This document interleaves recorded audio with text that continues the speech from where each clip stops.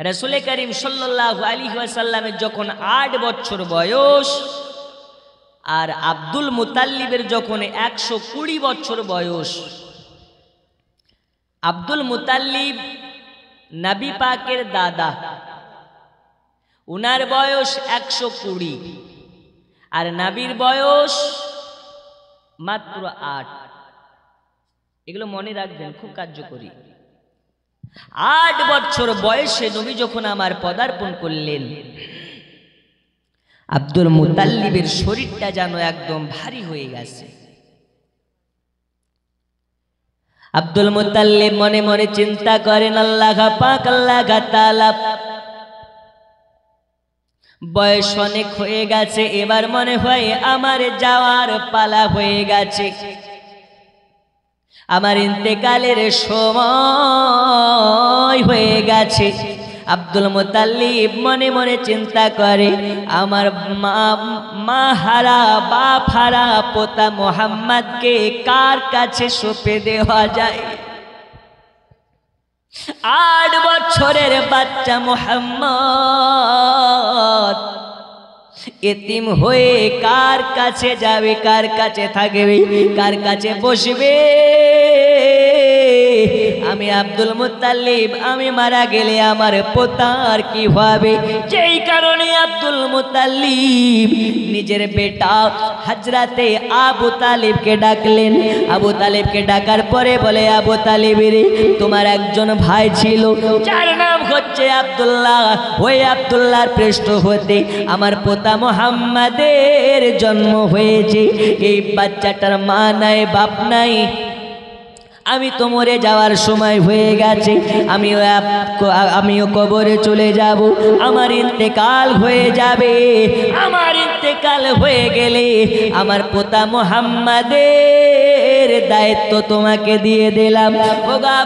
ওগো আবু তালিব, কান খুলে শুনে নাও, তুমি তোমার মতন করে তোমার ভাতিজাকে যত্ন নিবে, তোমার ভাতিজার দেখভাল করবে, তোমার ভাতিজাকে লালন পালন করবে, নিজের বাচ্চাগুলোকে যেমন ভাবে বড় করবে, তোমাদের ভাতিজা মুহাম্মদকে ওই রকম ভাবে বড় করবে, যাতে বাপ হারা ব্যথা না বুঝতে পারে, মা হারা ব্যথা না বুঝতে পারে। আবু তালিবকে বলে, ও আবু তালিব, শুনে নাও, শুনে নাও, আমি আজকে থেকে তোমাকে আমার পোতা মুহাম্মাদের দায়িত্ব দিয়ে দিলাম। কোনো রকম যেন অসুবিধা না হয়, আমার পোতা মুহাম্মদ যেন কোনো সময় বাপের জন্য কান্না করে না বেড়ায়, আমার পোতা মুহাম্মদ জানো মা করে না কান্না করে বেড়াই। আজকের পর থেকে আমার পোতা মুহাম্মাদের দায়িত্ব তোমার উপরে ছেড়ে দিলাম। আবু তালিব বলেন, ও গো আব্বা জান আব্দুল মুতাল্লিব, আপনি টেনশন করবেন না, আপনি চিন্তা করবেন না, আমি আবু তালিব জিন্দা যতদিন থাকবো আমার ভাতিজা মুহাম্মদকে আমানত স্বরূপ দেখে যাব।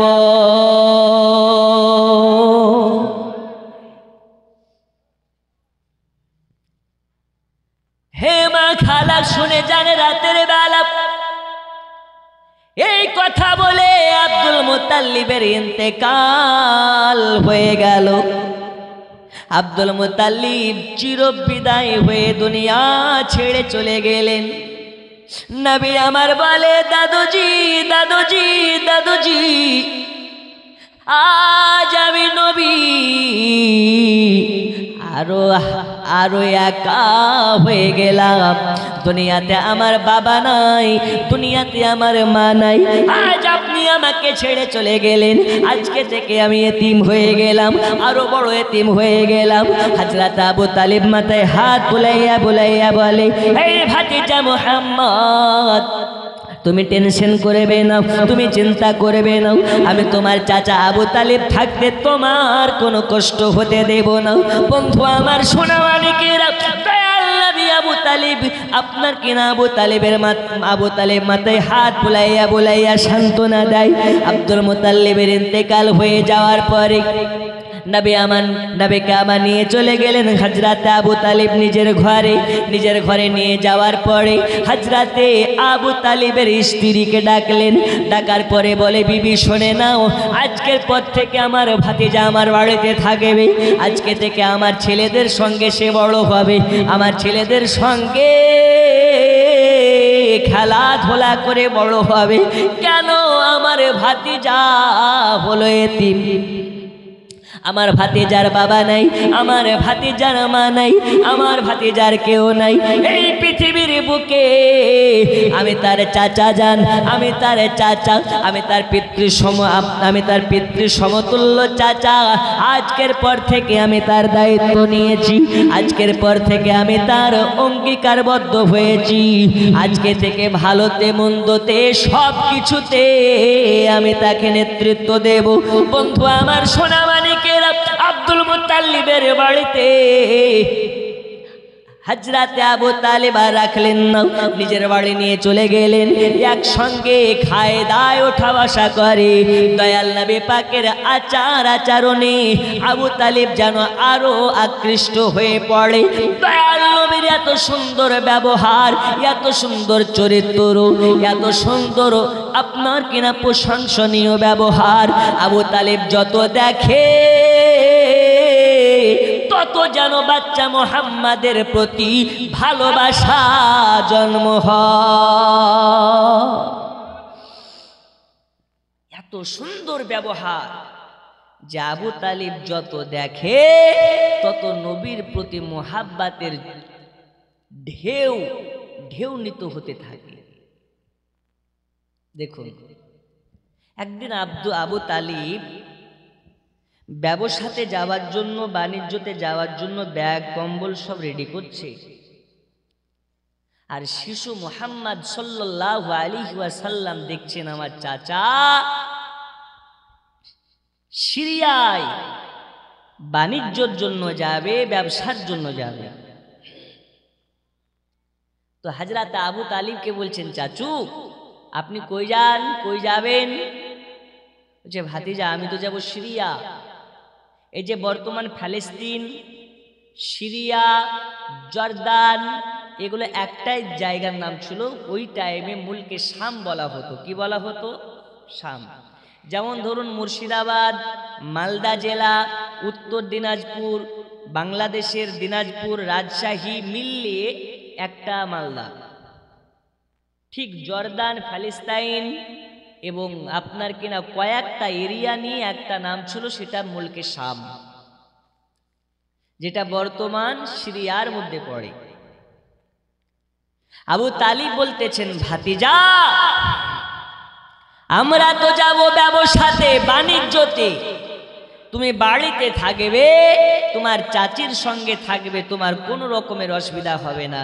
তো হযরত আবু তালিবকে বলছেন, চাচু আমার তো মা নেই, বাবা নেই, আমার নিজের ভবিষ্যৎ আমাকে নিজেকেই গড়তে হবে। আপনি যদি মারা যান তো আমার দুনিয়াতে কিচ্ছু থাকবে না, তাই আমি বাড়িতে থাকতে চাই না, আপনার সঙ্গে ঘুরে ঘুরে আমি ব্যবসার কাজ শিখতে চাই। সুবহানাল্লাহ। বয়স কতটুকু? মাত্র 8 বছর। আর এখনকার 8 বছরের বাচ্চা ও গেম নিয়ে ব্যস্ত। ওর গোপাল ভাড় ছাড়া ভাত খেতে বসে না। মোবাইল না দেখতে দিলে রাতের বেলায় ঘুম আসে না। এই বাচ্চাগুলো বড় হয়ে মা বাবাকে ভাত দিবে এই আশা করা যাবে? দোষ কার? আমাদের না তাদের? বাপ মায়ের দোষ। আর হবেই না কেন? ও মা পেটে বাচ্চা ধারণ করে সারা রাত টিভি দেখে কাটিয়েছে, সারা রাত মোবাইল টিপে কাটিয়েছে। ওর পেটের বাচ্চাও মোবাইলের মতন কানেকশন তার মধ্যে হচ্ছে। আরে বড় পীর আব্দুল কাদের জিলানীর জীবনী খুলে দেখুন, মা 18 পারা কোরআনের হাফিজা ছিলেন, কোরআন পাঠ করতেন। গৌসে পাক আব্দুল কাদের জিলানী মায়ের গর্ভ থেকে শুনে শুনে 18 পারা কোরআনের হাফিজ হয়ে জন্ম নিয়েছেন। সুবহানাল্লাহ। মা যদি হয় ভালো, সন্তান হবে ভালো। ওর মা তো একদম এলাকার সব থেকে বড় ফেসবুকের রানী, তাহলে ওর ছেলেও তো হবে ওই রকমই হানি, তাই কি না?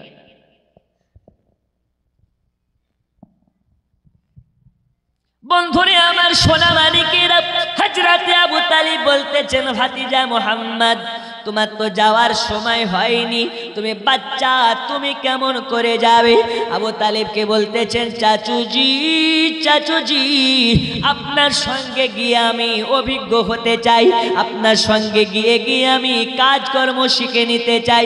বন্ধুরে আমার সোনা মানিকেরা, অনেক লম্বা চওড়া ঘটনা, আপনাকে টুকরা টুকরা করে মুদ্রা আলোচনার দিকে নিয়ে যেতে চাই। হযরত আবু তালিব তখন রাসূল পাককে নিয়ে যাওয়ার জন্য রাজি হয়ে গেলেন। রাসূল করিম সাল্লাল্লাহু আলাইহি ওয়াসাল্লামকে নিয়ে এবার আপনার কিনা কাফেলাকে নিয়ে একটা সুন্দর কনভয় করে নিলেন, একটা কাফেলা তৈরি করে নিলেন।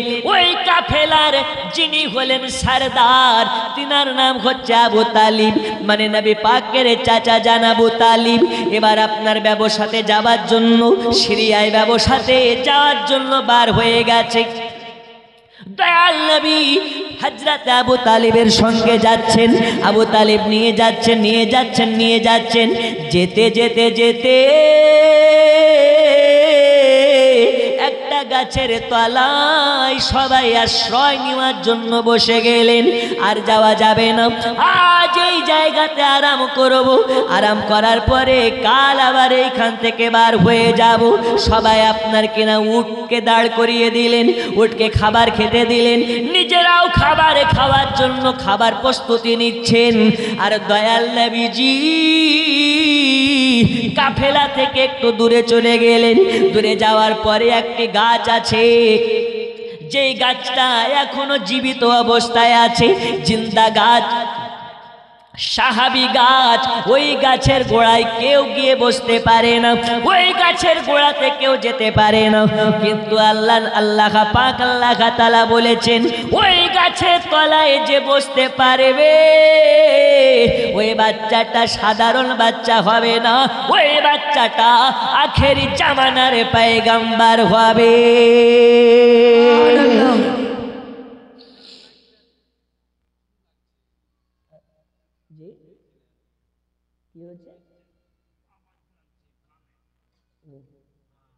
दरूद शरीफ अल्लाहुम्मा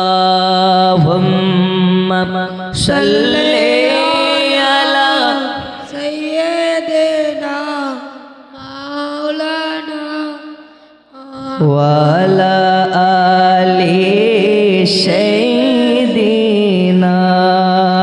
वाला आली सय्यिदिना मौलाना। হে বাবা সোনা মানিকেরা আমার, হযরত আবু তালিবেরা একদিকে বসে আছে, দয়াল নবী আমার ওই গাছটার গোড়াতে গিয়ে বসে গেছে। যেই গাছের কাছে কেউ বসতে পারে না, ওই গাছের গোড়াতে নবী আমার গিয়ে বসে গেছে। দেখা যায় আকাশের আপনার কিনা এত রৌদ্রের তাপ, এত রৌদ্রের তাপ, কিন্তু নবী পাকের মাথার উপরে ওই গাছের আপনার কিনা ছায়া যেন ঝুঁকে ঝুঁকে পড়ে যাচ্ছে। রাসূল করিম সাল্লাল্লাহু আলাইহি ওয়াসাল্লাম ওই গাছের গোড়াতে বসে আছে। আর ওই জায়গাতে একজন খ্রিস্টান পাদ্রী ছিল, আপনার কিনা ওই পাদ্রীর চোখে পড়ে গেছে, যে গাছের গোড়ায় কেউ বসতে পারে না, ওই গাছের গোড়ায় বাচ্চাটা বসে আছে। ওই বাচ্চাটা কোনো বাচ্চা, ওই বাচ্চাটা কোনো বাচ্চা না, না না, ওই বাচ্চাটা কোনো সাধারণ বাচ্চা না। নিশ্চয় আমি যাকে নিয়ে জব্বুর ইঞ্জিনে পড়েছি, তাওরাতে পড়েছি, ওই বাচ্চাটা ছাড়া এই গাছের গোড়াতে অন্য কোনো বাচ্চা বসতে পারে না। ওই বাচ্চাটা কোন বাচ্চা? নিশ্চয় আখেরি জামানার নবী। আমার সোনা মানিকেরা, কাফেলার কাছে একজনকে পাঠিয়ে দেওয়া হলো, একজন চলে আসলো। আসার পরে বলতেছেন, এই কাফেলার সরদার কি? এই কাফেলার সরদার কি? কাফেলার সরদারকে বহাইরিয়া পাদ্রী ডেকেছে, আজকে তোমাদেরকে মধ্য ভজন করার দাওয়াত করেছে, ভজনের জন্য দাওয়াত করেছে। আজকে তোমাদেরকে আমাদের বুখারীয়া আপনার কিনা পাদ্রী তোমাদেরকে খাবার জন্য দাওয়াত করেছে, সঙ্গে করে বাচ্চাটাকে নিয়ে যেতে বলা হয়েছে। বন্ধুরে আমার সোনা মানিকেরা, এবার হযরত আবু তালিব নিজেদের সফর সঙ্গীদেরকে নিয়ে আপনার কিনা কাফেলাকে নিয়ে খাবারে অংশগ্রহণ করার জন্য গেলেন, দাওয়াতে অংশগ্রহণ করার জন্য গেলেন। আবু তালিবকে বলে, এই আবু তালিব, তুমি কি এই কাফেলার সরদার? হযরত আবু তালিব বলতেছেন, জি হ্যাঁ, আমি হলাম এই কাফেলার সরদার। আবু তালিবকে বলে, আবু তালিব রে, আজ তোমার কাছে জানতে চাই, ওই যে গাছের গোড়ায় যে বাচ্চাটা ছিল, ওই বাচ্চাটার গার্জেন কে? আবু তালিব বলতেছেন, আমি। ওই বাচ্চার গার্জেন হলাম আমি। আবু তালিবকে বলতেছে, আবু তালিব, তুমি কি তার বাবা নাকি? বলে, না, আমি বাবা না, আমি হলাম তার চাচা। আবু তালিবকে বলে, আবু তালিব রে, তাহলে বাচ্চাটা তোমার কি হয়? বলে, আমার ভাতিজা হয়, আমার ভাইয়ের 3 ছেলে। এই ছেলেটার বাবা নাই, এই ছেলেটার মা নাই। তখন পাদ্রী বলতেছে, আবু তালিব, এই বাচ্চাটার নাম কি মুহাম্মদ? বলছে, হ্যাঁ মুহাম্মদ। বলে, মার নাম কি? আমিনা। বলতেছে, হ্যাঁ আমিনা।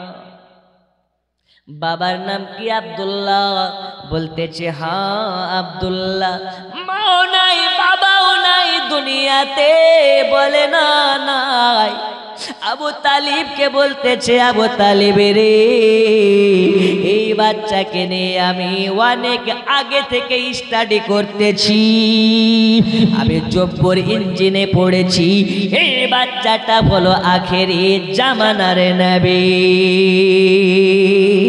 যদি বাচ্চাটার ক্ষতি না চাও রে, যদি বাচ্চাটার ভালো চাও, তাড়াতাড়ি করে বাড়ি নিয়ে চলে যাও। ওই সামদেশে যাবে না, মুলকের সামনে নিয়ে যাবে না। আমি জানি এই বাচ্চাটার বড় দুশ্মন হবে ইহুদি, ইহুদি, ইহুদি। যদি ইহুদিরা জানতে পেরে যায়, এই বাচ্চাকে জিন্দা রাখবে না, জিন্দা রাখবে না, এই বাচ্চাকে হত্যা করে দেবে। চলে যাও, চলে যাও। এই বাচ্চাটা সাধারণ বাচ্চা নয়, এই বাচ্চাটা হলো আখেরি জামানার নবী। যেই নবীর কথা জব্বরে পড়েছি, ইঞ্জিনে পড়েছি। যদি ভালো চাও তোমার ভাতিজার, তাহলে সামদেশে নিয়ে যাবে না। মুলকের সামদেশে নিয়ে গেলে আর বাড়িতে নিয়ে যেতে পারবে না। বন্ধুরে আমার সোনা মানিকেরা, আবু তালিব এবার জানো আপনার কিনা একটু ভয়ে ভীত হয়ে গেল। যদি আমার ভাতিজার কিছু হয়ে যায়, যদি আমার ভাতিজার ক্ষতি হয়ে যায়, তাহলে তো আমার আমানতের খেয়ানত করা হবে। আমি প্রয়োজনে জীবন দিয়ে আমার নবীর এক বিন্দু ক্ষতি হতে দেব না।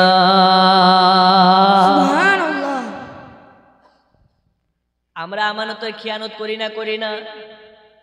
জোরে বলুন, করি না, করি না? আমানতের খেয়ানত করাতে আমরা উস্তাদ। আবু তালিব বলতেছেন, না, এই ভাতিজাকে নিয়ে যাওয়া যাবে না। তো বলছে, এই যে আমার ভাতিজা যে আখেরি জামানার নবী, এর দলিল কি? বলছে, দলিল নেবা তো হ্যাঁ, ওই যে গাছটা দেখতে পাচ্ছ, ওই গাছের গোড়াতে আল্লাহর এই পৃথিবীতে কাউকে এ ক্ষমতা দেওয়া হয়নি ওই গাছের গোড়াতে বসার। ওখানে যে বসে সেই মরে যায়। জোরে বলুন সুবহানাল্লাহ। আর যে বেঁচে থাকবে সেই হচ্ছে আখেরি জামানার নবী। এখন যারা বলে নবী 40 বছরের নবী হয়েছে, তাদেরকে বলি, নবী যদি 40 বছর আগে নবী ছিল না, তো গাছের গোড়ায় বসলো কি করে? প্রশ্ন আসে না, আসে না? জি। তাই নবীর সঙ্গে কারো তুলনা করা যাবে? জামানা দিওয়ানা ও গো মামিনা, তোমার লালের নাই তুলনা। হামাগো তোমার লালের নাই তুলনা। জোরে বল সুবহানাল্লাহ। জামানা দিওয়ানা ও গো মামিনা, তোমার লালের নাই তুলনা। হামাগো তোমার লালের নাই তুলনা। মোদের নবীর জন্ম হলো যেদিন মক্কায়, জোরে বলুন ভাই সুবহানাল্লাহ। মোদের নবীর জন্ম হলো যেদিন মক্কায়, শুকনো গাছে ফুল ফুটিল মরু সাহারায়। নবীর কি সারায় গাছে সে সালাম জানাই, নবীর কি সারায় গাছে সে সালাম জানাই। আসমানের ওই চাঁদ জাগার খেলো না হামাগো, তোমার লালের নাই তুলনা। জামানা দিওয়ানা ও গো মামিনা, তোমার লালের নাই তুলনা হামাগো, তোমার লালের নাই তুলনা।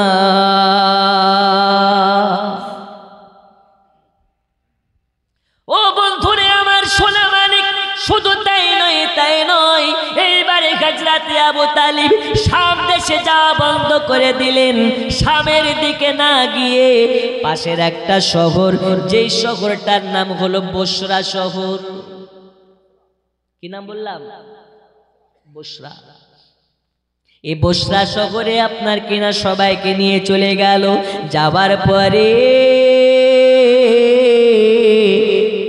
শাম দেশে গেলে যা লাভ হয় তার থেকে ডবল বসরা নগরে বাণিজ্য করে লাভ অর্পিত হলো।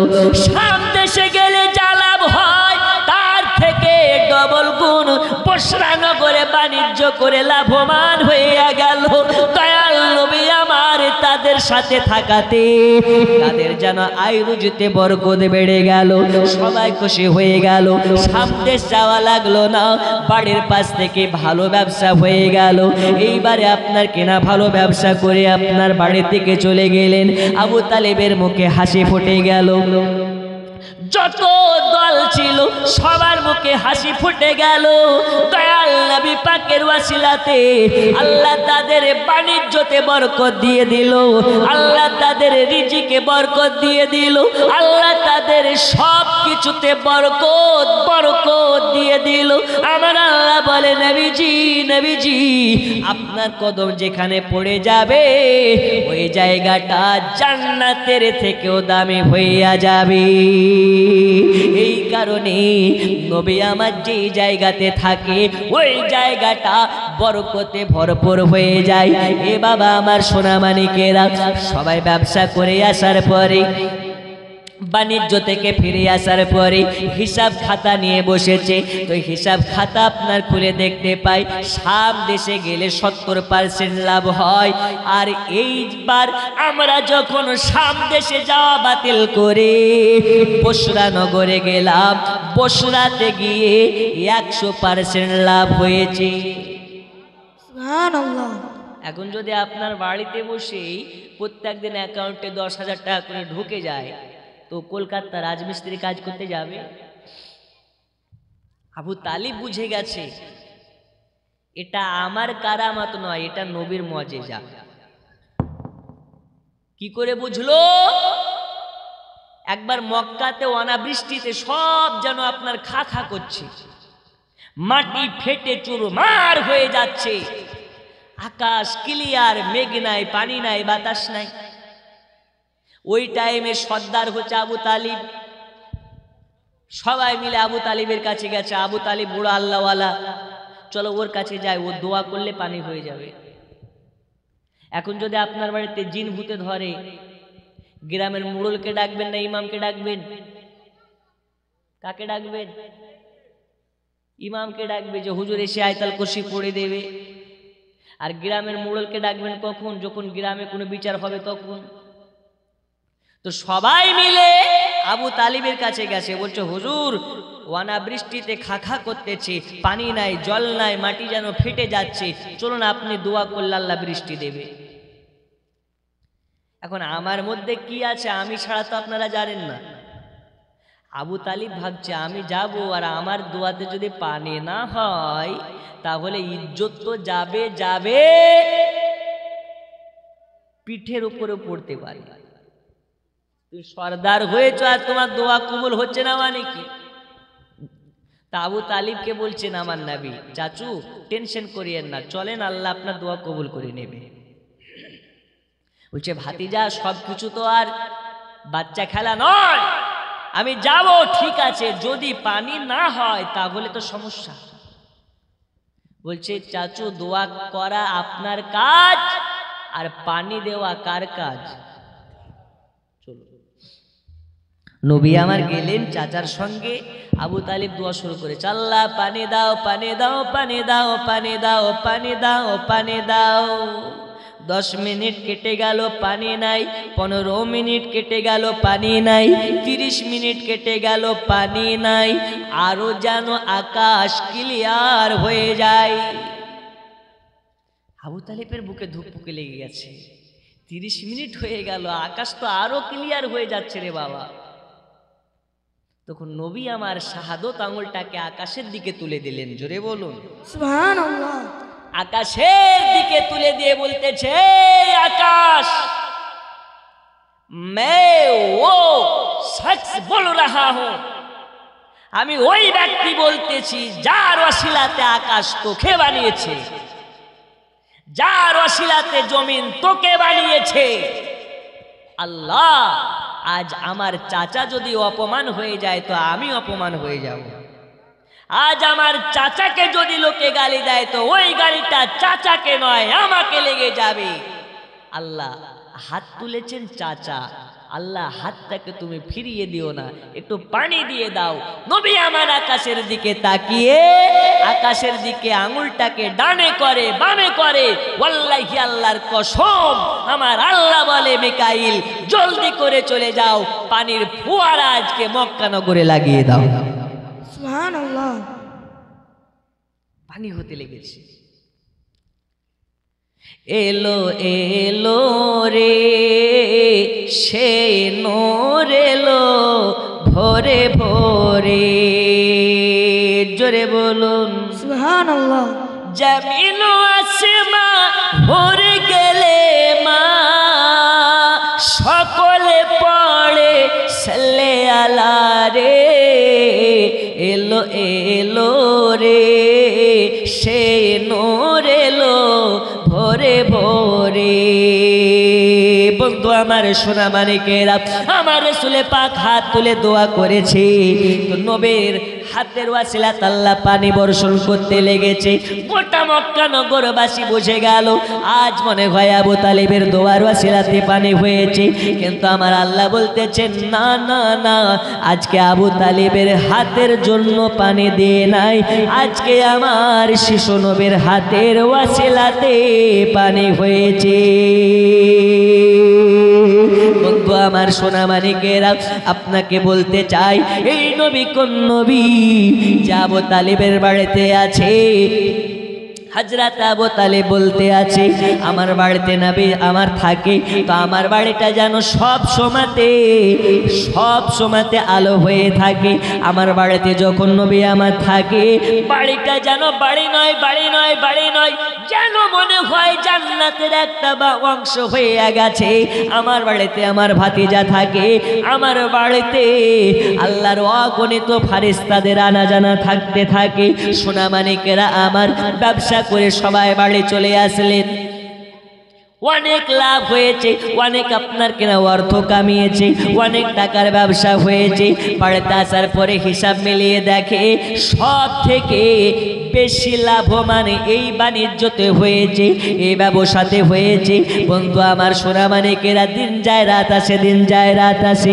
নবী পাকের আমার 8 বছর বয়স থেকে যখন আপনার 25 বছর বয়সে আপনার কিনা পদার্পণ করতে যাবেন, 25 বছর বয়স যখন হয়ে গেল, হযরত আবু তালিব আমার নবীকে বলতেছেন, ওগো নবীজি নবীজি, আমি আজ আছি কাল নেই, আজ আছি কাল নেই, কখন আমি আপনার কিনা মরে যেতে পারি, কখন আমি এই দুনিয়া ছেড়ে চলে যেতে পারি।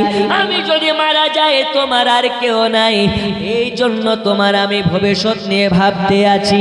ওগো আবু ওগো মুহাম্মদ, তুমি যদি নিজের পায়ে দাঁড়িয়ে একটা কাজ করতে পারো, নিজে যদি কোনো একটা নিজের কর্ম বেছে নিতে পারো, আর সেই কর্মটা আমি আবু তালিব যদি নিজে চোখে দেখে যেতে পারতাম, তাহলে ধন্য হইয়া যেতাম। এই কারণে হযরতে আবু তালিব বলতে আছে, এই মুহাম্মদ, আজকে আমি তোমাকে বলতে চাই, তোমাকে ব্যবসা চালু করতে হবে, কোনো একটা কাজে লাগতে হবে, কোনো একটা চাকরিতে জয়েন হতে হবে, তারপরে তোমার একটা বিবাহ দেওয়ার ব্যবস্থা করব। আল্লাহর নবী সাল্লাল্লাহু আলাইহি ওয়াসাল্লাম বলতেছেন, চাচা যান, আমার পিতৃ সমতুল্য আপনি, আপনি যেটা আমার জন্য ভাববেন সেটাই আমার জন্য মঙ্গলময় হবে। আপনি যেটা মনে করবেন সেইটাকে আমি প্রাধান্য দেব, আপনি যাহা বলবেন আমি সেটা করার জন্য রাজি আছি। দয়াল নবী আমার বলতেছেন, চাচা যান, আমাকে যদি কাজ করতে বলেন আমি কাজ করতে পারবো, আমাকে যদি বলেন বাণিজ্যতে যেতে আমি বাণিজ্যতে যেতে পারবো, আপনি আমাকে যাহা বলবেন সেটা করার জন্য আমি রাজি আছি। আব্দুল মুতাল্লিবের বেটা হযরতে আবু তালিব বলতেছেন, ভাতিজা মুহাম্মদ, আমি তোমার জন্য একটা কাজের কথা ভাবতে আছি, একটা কাজের কথা ভেবেছি। সেই কাজটা হলো মক্কা নগরের সব থেকে ধনী মহিলা, মক্কা নগরের সব থেকে ধনী মহিলা যার নাম হলো হযরতে খাদিজা। এই খাদিজা এলান করেছে তার বাণিজ্যের জন্যে, তার ব্যবসার জন্যে একটা বিশ্বাস্ত সত্যবাদী কর্মী, আপনার কিনা কর্মী লাগবে, একটা সত্যবাদী ছেলে লাগবে, যে ছেলেটা সততা বজায় রেখে, আমানত বজায় রেখে কাফেলাকে বাণিজ্যতে নিয়ে যাবে, বাণিজ্য করে আবার বাড়ি আসবে। সুবহানাল্লাহ। আম্মা জান খাদিজাতুল কুবরা মক্কা নগরের শ্রেষ্ঠ নারী, সব থেকে ধনী নারী।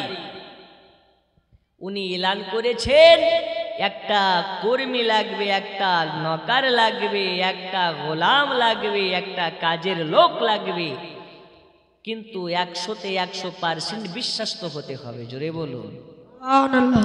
আচ্ছা, নবীর মতন বিশ্বাস তো আর কেউ আছে? আবু তালিব বলতেছেন, ভাতিজা তোমার যদি আপত্তি না থাকে তাহলে আমি খাদিজার কাছে আবেদন পাঠাবো। বলছে, চাচা আপনি যা বলবেন সেটাই হবে। ওগো আমার মা খালারা শুনে যান, রাতের বেলা আব্বু তালিব বলতেছেন, ভাতিজা তাহলে চলো তোমাকে নিয়ে যাই মহিলার সব থেকে বড়, আপনার কিনা বড় ব্যবসায়ী, সব থেকে বড় ধনী নারীর কাছে। মক্কা নগরে এর থেকে বড় আর কোনো আপনার কিনা ধনী নারী নাই। আবু তালিব এবার নিজের ভাতিজা মুহাম্মদকে নিয়ে খাদিজার বাড়ির কাছে চলে গেলেন। খাদিজার বাড়িতে গিয়ে খাদিজাতুল কুবরাকে বলেন, ওগো মা জননী, ওগো হযরতে খাদিজাতুল কুবরা, আপনি তো বলেছিলেন আপনার বাণিজ্যের কাজের জন্য, ব্যবসার কাজের জন্য একটা সত্যবাদী ছেলে লাগবে, একজন সত্যবাদী সত্তা লাগবে। এই কারণে আপনার কাছে আমি এসেছি।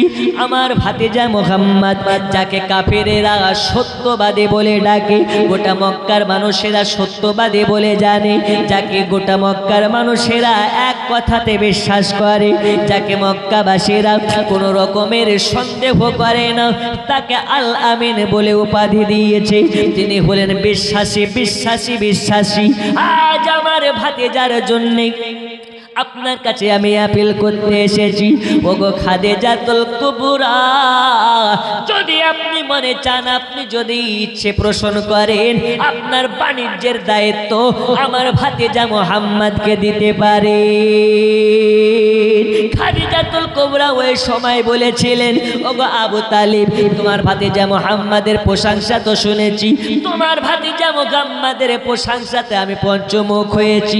ঠিক আছে, ঠিক আছে, ঠিক আছে, তোমার ভাতিজার জন্য আমি আমার এই বাণিজ্যের কাজ বরাদ্দ করে দিলাম। যাও তোমার তোমার ভাতিজার চাকরিকে কনফার্ম করে দিলাম, তোমার ভাতিজার চাকরিকে ডান করে দিলাম, তোমার ভাতিজাকে আমার কাছে পাঠিয়ে দেবে। সব রকম কাজকর্ম আবু তালিব আমি তাকে শিখিয়ে দেব। চাকরি কনফার্ম হয়ে গেল। হযরতে খাদিজাতুল কুবরা বাণিজ্য নিয়ে যাবে সিরিয়ার দিকে, মুলকে শামের দিকে। এ কারণে দয়াল নবীকে আমার খাদিজার বাড়িতে নিয়ে যাওয়া হয়। আম্মা জান খাদিজাতুল কুবরা বললেন, ওগো মুহাম্মদ শুনে নাও, ওগো আল আমিন শুনে নাও, আজকে তোমাকে গোটা মক্কার মানুষেরা এক কথায় বিশ্বাস করে, আমিও তোমাকে একবার বিশ্বাস করতে চাই। গোটা মক্কার মানুষ তোমাকে এক কথাতে বিশ্বাসী বলে ডাকে। আজ তোমার সেই কর্মের ফল দেখতে চাই। ওগো মুহাম্মদ, আমার ব্যবসার দায়িত্ব তোমাকে দিলাম, আমার সমস্ত কাফেলার দায়িত্ব তোমাকে দিলাম। যাবে তুমি সিরিয়াতে, ব্যবসা করে আনবে। যদি তোমার কাজকর্ম ভালো লাগে, ডবল তোমাকে মাহিনা দেওয়া হবে।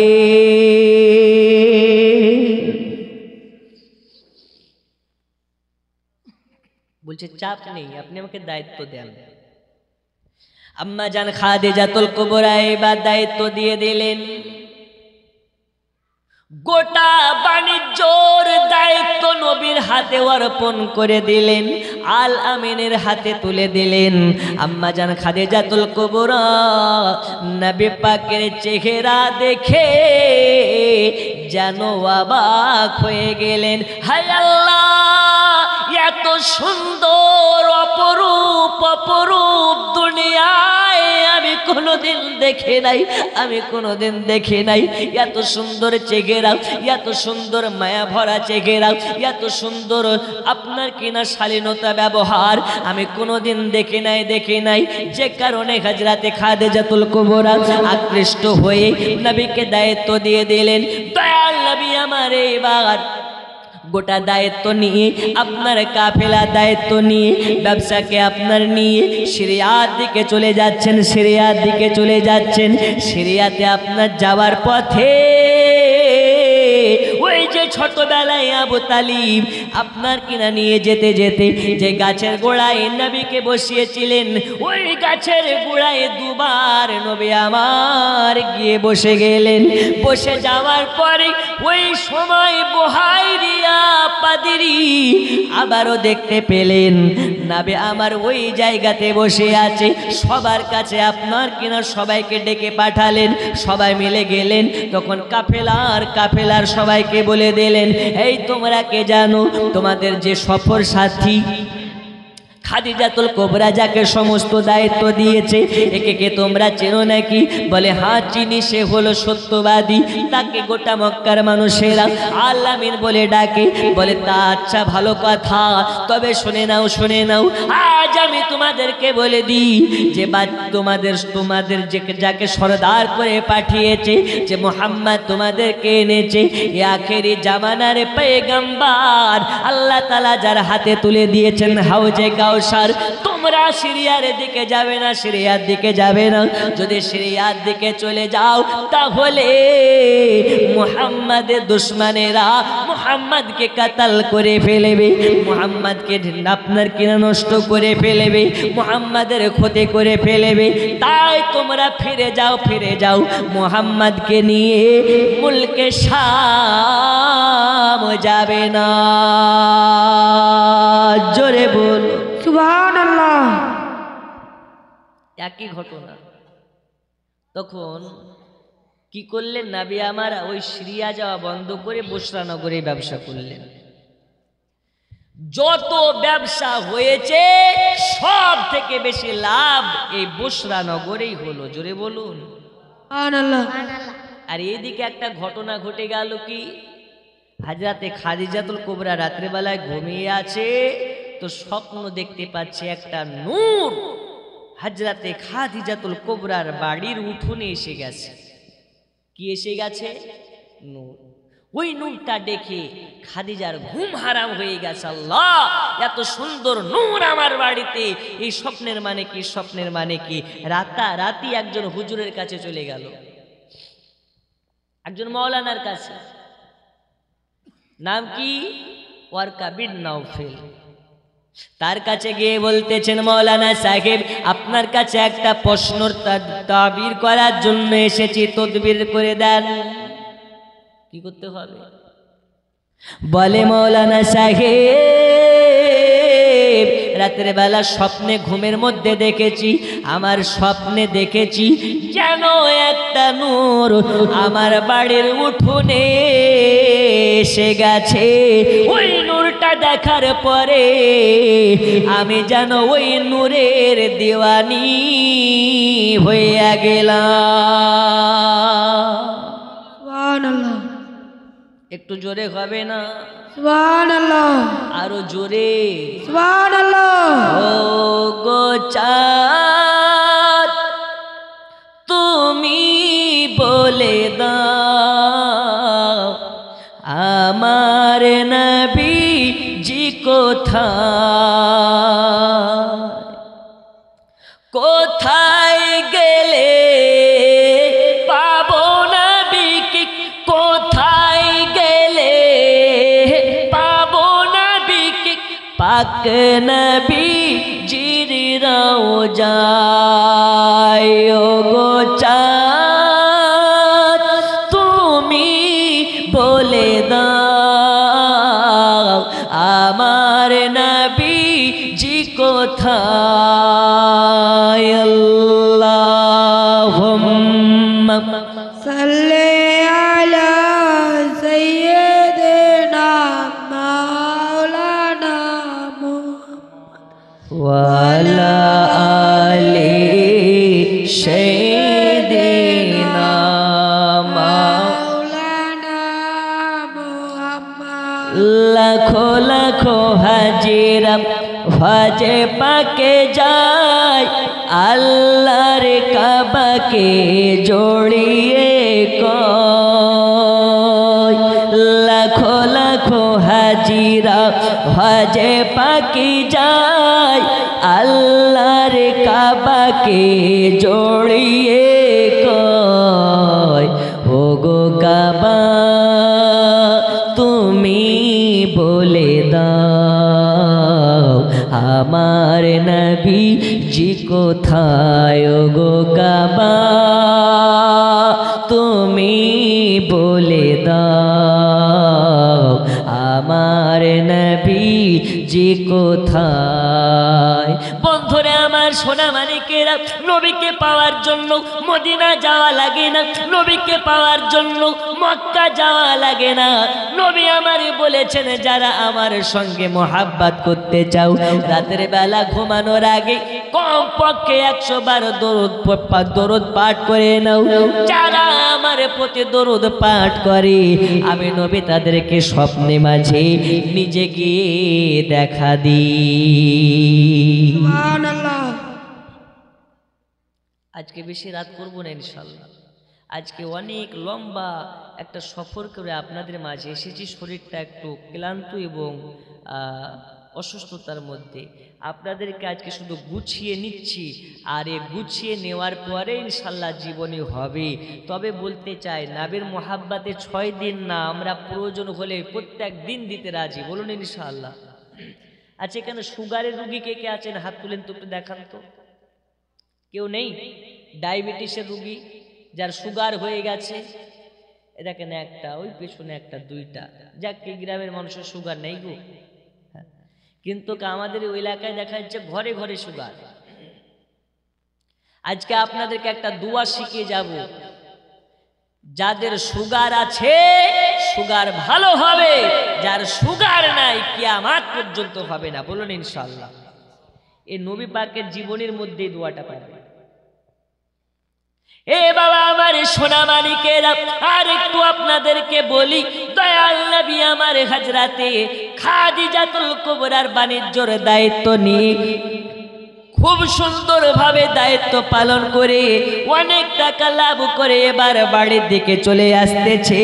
এদিকে হযরতে খাদিজাতুল কুবরা স্বপ্নে মাঝে দেখেছেন একটা যেন নূর হযরতে খাদিজাতুল কুবরাকে এসে দেখা দিয়ে গেছে।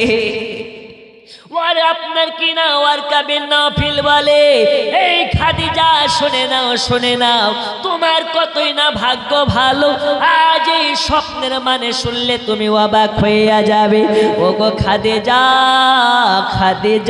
এই স্বপ্নের মানে হলো খাদিজা তোমার সঙ্গে একজনের বিবাহ হবে, আর ওই ব্যক্তিটা অন্য কেউ নয়, ওই ব্যক্তিটা জেনে হবে আখেরে জামানার নবী হবে। ওই আখেরি জামানার নবীর সঙ্গে তোমার বিবাহ হবে। হযরতে খাদিজাতুল কুবরা বলে, এটা আপনি কি শুনালেন? আমার বিয়ে হবে নাকি? এর আগেও তো আমার 2 বার বিবাহ হয়েছে। যাকে আমি বিবাহ করেছিলাম প্রথমে, তার সঙ্গে বিবাহ হওয়ার পরে 2টা বাচ্চা হয়েছে, বাচ্চা সহ বাবা মারা গেল। দ্বিতীয়বার বিবাহ করলাম, দ্বিতীয়বার আল্লাহ তাআলা 2টা বাচ্চা দিলেন, 2টা বাচ্চা সহ স্বামী মারা গেল। যেই কারণে আমার আর বিবাহ করার শখ নাই, বিবাহ করার শখ নাই। আপনি যার কথা বলতেছেন তাকে তো আমি তার চেহারা দেখে নূর দেখে পাগল হয়ে গেছি, তবে আমি যদি তাকে বিবাহর প্রস্তাব দিই সে কি আমাকে বিবাহ করবে নাকি? ওয়ারকা বিন নাফিল বলে, খাদিজা আমি আজকে তোমাকে বলে দিই, শুধু বিবাহ নয় রে, বিবাহ নয়, তোমার সঙ্গে বিবাহ হওয়ার পরে আল্লাহ তোমার পেট থেকে একজন নারীর জন্ম ঘটাবে, যে নারীটা হবে জান্নাতি নারীদের সরদারিনী। সুবহানাল্লাহ। জান্নাতি নারীদের সরদারিনী। আর শুধু তাই নয়, ওই মহিলার 2টা বাচ্চা হবে, একজনের নাম হবে হাসান আর একজনের নাম হবে হুসাইন। হুসাইন কারবালাতে গিয়ে তার নানুজির উম্মতের কারণে নিজের গর্দান দিয়ে ইসলামকে জিন্দা করবি, আমি আজকে তোমাকে জানিয়ে দিলাম। সোনা মানিকেরা আমার, দয়াল নবী এবার বাণিজ্যর কাফেলা নিয়ে বাড়ির দিকে আসার আগা মুহূর্তে একজনকে অগ্রিম পাঠিয়ে দিলেন, তুমি যাবে খাদিজার কাছে আর খাদিজাকে গিয়ে অগ্রিম জানিয়ে দেবে খুব সুন্দরভাবে আমাদের কাফেলা মক্কার দিকে রওনা হয়ে গেছে। খাদিজাতুল কুবরা অপেক্ষায় আছে কখন মুহাম্মদ আসবে, কখন মুহাম্মদ আসবে। আর আমি খাদিজা মুহাম্মদকে প্রস্তাব দেব আর মুহাম্মদকে বিবাহের জন্য প্রস্তুতি নেব। হযরতে খাদিজাতুল কুবরা অপেক্ষায় আছে। দয়াল নবী আমার ফিরে আসলেন, আসার পরে খাদিজাতুল কুবরাকে সবকিছু বুঝিয়ে দিলেন। খাদিজাতুল কুবরা যেন দেখে অবাক হয়ে যায়, আল্লাহ, এর আগে যা ব্যবসাতে লাভ হয়েছে তার থেকে মুহাম্মদ যাওয়াতে ডবল লাভ হয়েছে। সুবহানাল্লাহ। এর আগে যা লাভ হয়েছে তার থেকে ডবল লাভ হয়েছে। তো কি করলো? সবাইকে বেতন মাহিনা দিল আর নবীকে একটু বেশি মাহিনা দিল। জোরে বলো সুবহানাল্লাহ। আব্বাজি আমার, সোনা মানিকেরা, শুধু তাই নয়, আবু তালিবের পোতা মুহাম্মদকে খাদিজাতুল কুবরা বলে, মুহাম্মদ, তোমার ব্যবহারে আমি সন্তুষ্ট হয়ে গেছি। ওগো নবীজি, শুধু আপনাকে টাকা নয়, আপনি যে উটে করে সওয়ারি করে গিয়েছিলেন ওই উটটাকেও আপনায় হাদিয়া দিলাম। এ বাবা, সোনা মানিকেরা আমার, শুধু তাই নয়, খাদিজাতুল কুবরা বলে, সত্যি আপনি আল আমিন, আপনি হলেন সত্যবাদী। আপনার মতন সত্যবাদী আমি এর আগে কাউকে দেখিনি। এত সুন্দর সুন্দরভাবে আপনি পরিচালনা করেছেন যে আপনার পরিচালনাতে খুব বেশি লাভ হয়েছে, এত লাভ হয়েছে, এত লাভ হয়েছে।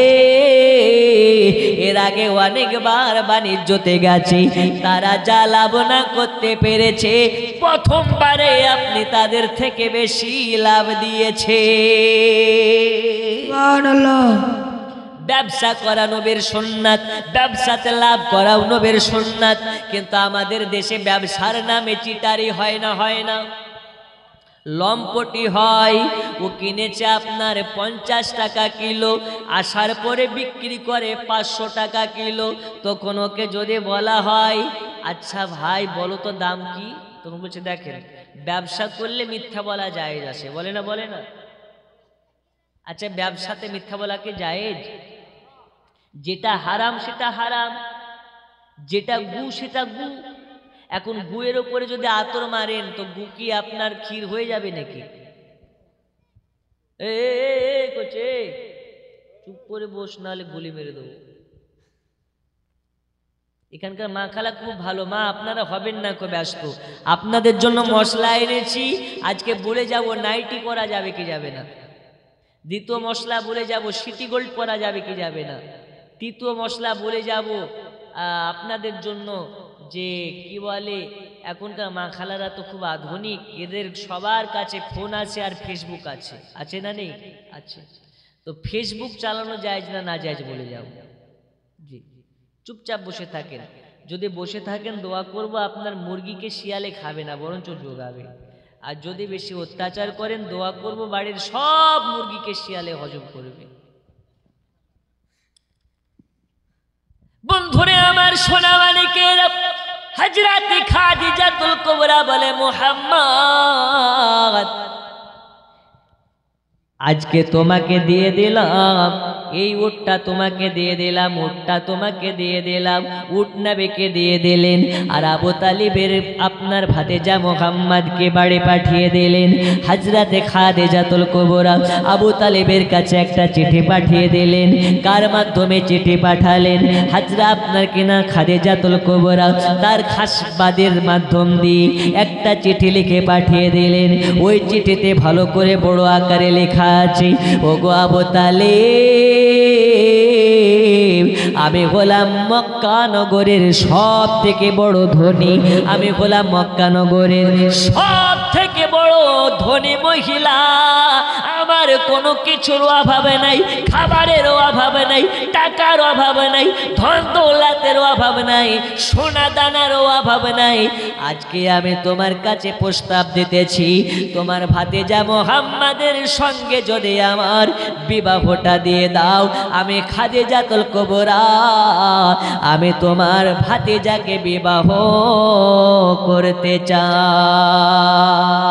জোরে বলো সুবহানাল্লাহ। তার আগে হযরতে আবু তালিব আপনার কিনা খাদিজাতুল কুবরাকে, আচ্ছা একজন 200 টাকা দান করেছে, আল্লাহ কবুল করুন। সাফিনা, সাফিনা নামে 200 টাকা, আল্লাহ কবুল করে নিন। জোরে বলুন আল্লাহুম্মা আমিন।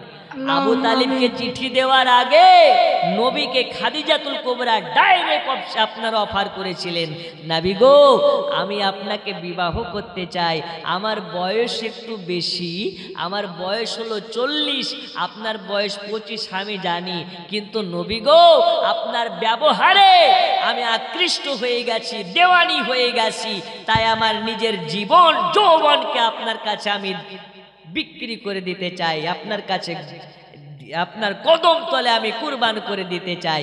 তো হযরতে রাসূল করিম সাল্লাল্লাহু আলাইহি ওয়াসাল্লাম বলেছিলেন, এই খাদিজা কথা ভালো, কিন্তু আমি তোমাকে ডাইরেক্ট বলতে পারি না, এই কারণে আমার পিতৃ সমতুল্য আমার চাচা আবু তালিব আছে, আবু তালিব যদি বলে হ্যাঁ করো তবে আমি চাচার কথাই রাজি, আর চাচা যেই পরামর্শ দিবে সেই পরামর্শকে আমি মেনে নিতে রাজি। জোরে বলুন।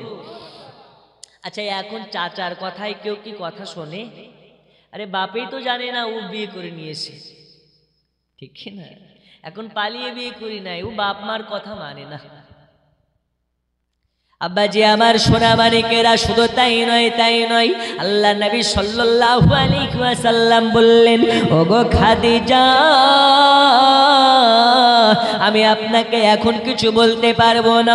আমার পিতৃ সমতুল্য চাচা জান আছে, আমার চাচা জানের কাছে প্রস্তাব পাঠাবেন। চাচার বিনা পরামর্শতে আমি আপনাকে হ্যাঁ না কিছুই বলতে পারি না। তবে আপনি খাদিজাতুল কুবরা, আমার কাছে আপনি যে আপনার মনস্কামনা প্রকাশ করেছেন, এই জন্য আপনাকে অনেক শুকরিয়া জ্ঞাপন করতেছি। আমার সোনা মানিকের আব্বা জান মুসলমানেরা, হযরত খাদিজাতুল কুবরা আবু তালিবের কাছে সংবাদ পাঠালেন, চিঠির মাধ্যমে লিখে পাঠালেন। আবু তালিব তখন ওই চিঠিখানা পড়ে আল্লাহর নবীকে কাছে ডাকলেন। ডাকার পরে বলে, ওগো মুহাম্মদ, আমি 3 দিন ধরে ভাবনা চিন্তা করেছি, 3 দিন ধরে আমি গবেষণা করেছি। আমি আবু তালিব আর 3 দিন ধরে ভাবনা চিন্তা করার পরে আজ আমি সিদ্ধান্ত নিলাম, তোমার সঙ্গে মহিলা হযরতে খাদিজাতুল কুবরার বিবাহ হওয়াটা জরুরি। তোমার সঙ্গে খাদিজাতুল কুবরার বিবাহ হওয়া জরুরি। নবী আমার বলে, ওগো চাচা জানে বিবাহ হওয়া ভালো জিনিস, তবে ঠিক আছে বিবাহ হয়ে যাক, সমস্যা নাই, তবে আমার সঙ্গে বিবাহ হওয়া কেন জরুরি? নবীকে আমার বললেন, এই আবু তালিব শুনে নাও, তোমার উপর আল্লাহ পাকের কোরআন নাজিল হবে, তুমি একাত্মবাদ আল্লাহর দায়ী হয়ে ইসলাম প্রচার করবে। গোটা মক্কা নগরের মানুষ তোমার দুশমন হয়ে যাবে। যে সময়তে আপনার একাত্মবাদ আল্লাহ তাআলার ইবাদতকারী ছিল না, ওই সময় নবী আমার মক্কা নগরে জন্মগ্রহণ করেছে। আবু তালিব তখন বলতেছে, ওগো ভাতিজা মুহাম্মদ, তোমার দুশমনদের সঙ্গে লড়ার মতন একজন আছে, তিনি হলেন খাদিজা। কারণ যাদের কাছে অর্থ থাকে তাদের কাছে সব ক্ষমতা থাকে। এখন আপনি দেখবেন আপনার গ্রামের বকলম যার পেটে লাত মারলে আপনার অক্ষর একটা অ বের হবে না, তার যদি টাকা থাকে ওই গ্রামের মোড়ল। ভুল কথা? ওই স্কুলের মুখ দেখেনি, ও মেম্বার সিটে দাঁড়িয়ে গিয়েছে, মেম্বার হয়ে গেছে। স্কুলের মুখ দেখেনি, এলাকার বড় বা আপনার কিনা নেতা হয়ে গেছে। জামানার হাকিকাত হলো এটা, যার কাছে টাকা থাকে তার কাছে আপনার কিনা দুনিয়া মাথা নত করে। এই কারণেই হযরতে আবু তালিব বলতেছেন, ওগো ভাতিজা মুহাম্মদ, তোমার সঙ্গে খাদিজাতুল কুবরার বিবাহ হওয়া জরুরি। সোনা মানিকের আমার হযরতে আবু তালিব এবার খাদিজাতুল কুবরার কাছে গেলেন। যাওয়ার পরে বলে, ওগো খাদিজা, আপনি যে প্রস্তাবখানা দিয়েছেন, আমি আবু তালিব আপনার প্রস্তাবে রাজি আছি। আপনি চাইলে আমার ভাতিজার সঙ্গে বিবাহ করতে পারেন। ওগো আমার সোনা মানিকেরা, খাদিজাতুল কুবরা গোটা মক্কা নগরে দামামা বাজিয়ে দিলেন, টাঙ্কা বাজিয়ে দিলেন, আর প্রচার করে দিলেন খাদিজাতুল কুবরা 40 বছরের নারী হযরতে আবু তালিবের পোতা 25 বছরের যুবককে বিবাহ করার জন্য প্রস্তুতি নিতেছে। সুবহানাল্লাহ। গোটা মক্কায় প্রচার হয়ে গেল, হযরতে খাদিজাতুল কুবরা 40 বছরের নারী হয়ে আবু তালিবের পোতা 25 বছরের মুহাম্মদকে বিবাহ করার জন্য রেডি হয়েছে। তখন মক্কা নগরে যারা বড় লোক, ধনী ব্যবসায়ী, ওরা খাদিজাতুল কুবরাকে ধিক্কার জানাতে লাগলো। কি জানাতে লাগলো? হে খাদিজা, তুমি গরিবকে বিয়ে করছো? তুমি 40 বছরের নারী হয়ে 25 বছরের মুহাম্মদকে বিয়ে করছো, তো গরিব, ওর মা নেই, ওর বাপ নেই। সবাই যেন তুচ্ছ তাচ্ছিল্য করতে লাগলো। তখন হযরতে খাদিজাতুল কুবরা বিবাহর আগে বাগদান করার জন্য গোটা মক্কাবাসীকে দাওয়াত করলেন। যত ধনী ব্যক্তি, বড় লোক ব্যক্তি, টাকাওয়ালা ব্যক্তি সবাইকে ডাকলেন। ওটাকে কি বলে? ওলিমা, বাগদান। সবাইকে ডাকার পরে হযরতে খাদিজাতুল কুবরা ভোজনের ব্যবস্থা করেছে, বাগদানের ব্যবস্থা করেছে, ওলিমার ব্যবস্থা করেছে। গোটা মক্কা নগরের অর্থবান ব্যক্তিরা ওই দাওয়াতে উপস্থিত আছে। সুস্বাদু খাবারের ব্যবস্থা হয়েছে, আপনার কিনা পানাহারের ব্যবস্থা হয়েছে। হযরতে খাদিজাতুল কুবরা সব বড় লোক ব্যক্তিদেরকে একাকৃত করার পরে সবার সামনে খাবার রেখেছে, সুস্বাদু সুস্বাদু খাবার রেখেছে। খাদিজাতুল কুবরা ওই সময় সবাইকে ডেকে বলে, এই মক্কা নগরের ধনী ব্যক্তিরা একটু দাঁড়িয়ে যান, মক্কা নগরের অর্থবান ব্যক্তিরা আপনারা একটু দাঁড়িয়ে যান। আজকে আপনাদেরকে এই দাওয়াতে ডাকার উদ্দেশ্য হলো এটা, আমি আবু তালিবের ভাতিজা মুহাম্মদকে বিবাহ করতে সুবহানাল্লাহ। আমি শুনতেছি মহল্লায় মহল্লায়, টোলায় টোলায় নাকি আমাকে ধিক্কার জানাচ্ছেন আপনারা। কথা কি সত্য নাকি? বলছে সত্য না তো মিথ্যা নাকি? তুমি তো বড় লোক, এত ধনী মহিলা হয়ে গোটা মক্কায় তোমার মতন কেউ ধনী নাই, আর তুমি একজন ধনী হয়ে গরিবকে বিয়ে করতেছো।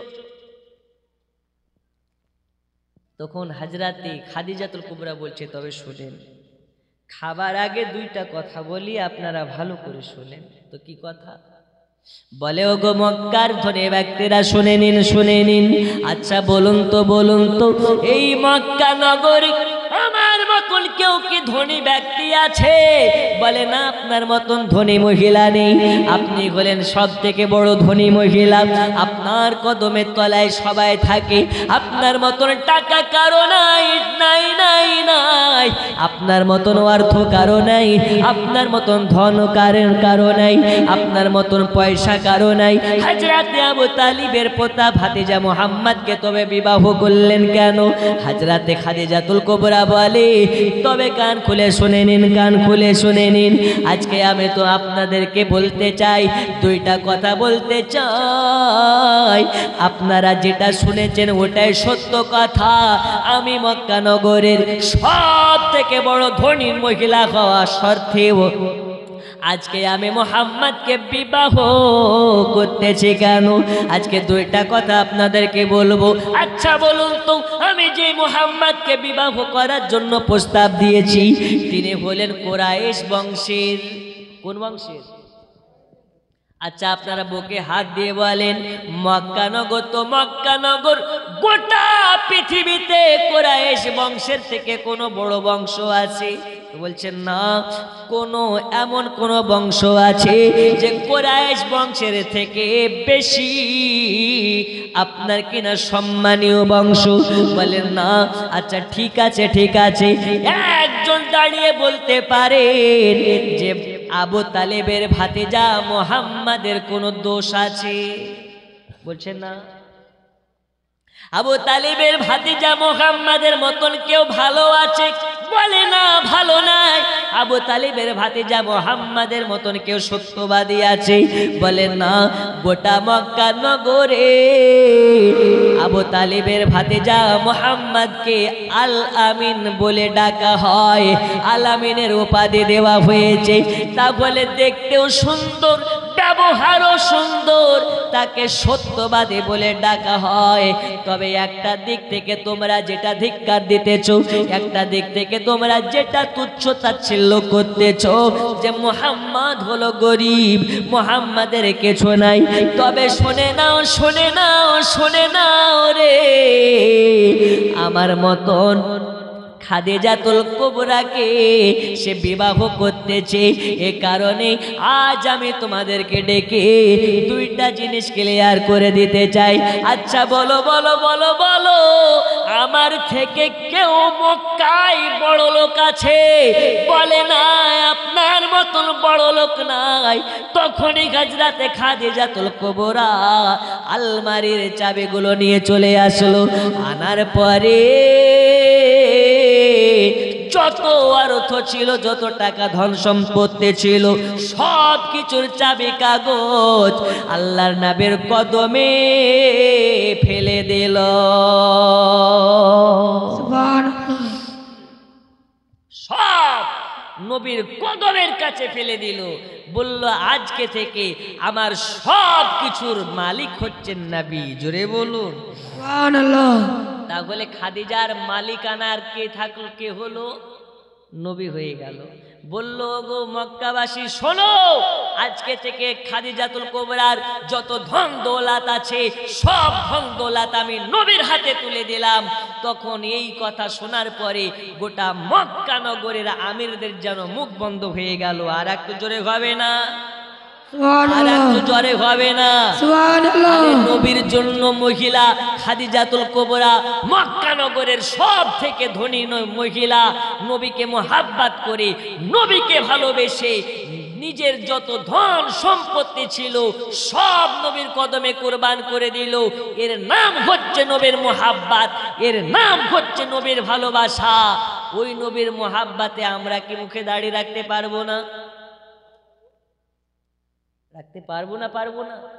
হুজুর নবীকে মোহাব্বত করি কিন্তু দাঁড়িয়ে রাখতে পারি না। আমরা হলাম নবীর সব থেকে বড় দিওয়ানা। নবীর মোহাব্বতে আমাদের পকেট থেকে টাকা বার করতে পারি না। অথচ দেখেন হযরতে খাদিজাতুল কুবরা বলতেছেন দয়াল নবীর মোহাব্বতে ধন দৌলত তো ধন দৌলত, প্রয়োজন হলে আমি খাদিজা নিজের জীবনটাও দিয়ে দিতে রাজি। এরকম দিওয়ানা হতে হবে, শুধু মুখে বললে হবে না। একবার দুই হাত তুলে বলুন ইয়া রাসূলুল্লাহ।